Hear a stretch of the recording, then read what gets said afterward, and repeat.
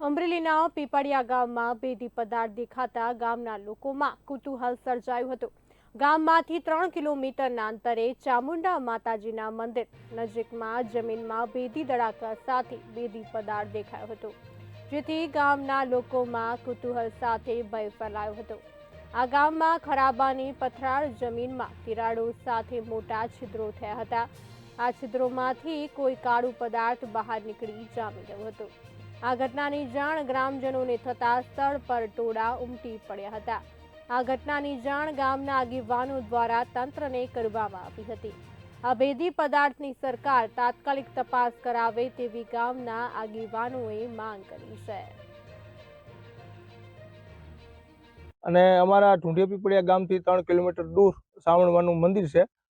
સાવણમાના મંદિરથી નીચે 500 મીટર દૂર ત્યાં એવા ભેદી ધડાકા સાથે એવું લાવારસ જેવું નીકળેલું છે, જેની ગામજનોમાં થોડોક ભયજનક થઈ ગયું છે કે આ હકીકતમાં શું છે ખ્યાલ નથી, પણ લાવારસ જેવું એવો પદાર્થ કાળો એવો નીકળેલો છે, તેથી એ ગામજનો બધા ભેગા થયા છે। અમે માતાજીના દર્શન કરવા આવેલા અને ત્યાંથી અમે ગાડી બાઇક નીચે મૂકી અને આ બાજુ આવ્યો ને તો અમને એવી જાણ મળી કે અહીં કોઈક વસ્તુ ભેદી ધડાકો થયેલ છે ને ઘણા જમીનમાં વોલ પડીને તિરાડો પડી ગઈ છે।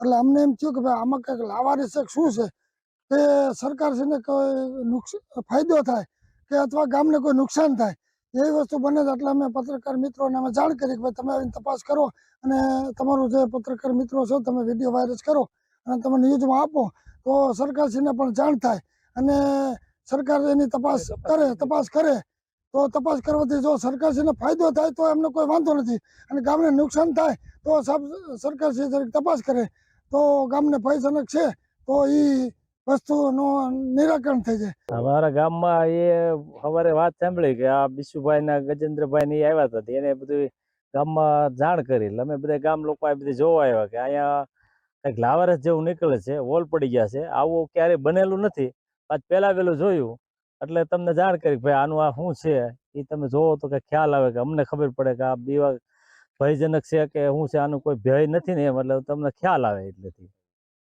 કેટલે સુધી આ હોલ પડેલા છે? આ છે લગભગ 70-80 ફૂટ લાંબો, એટલે હોલ પડી ગયા છે।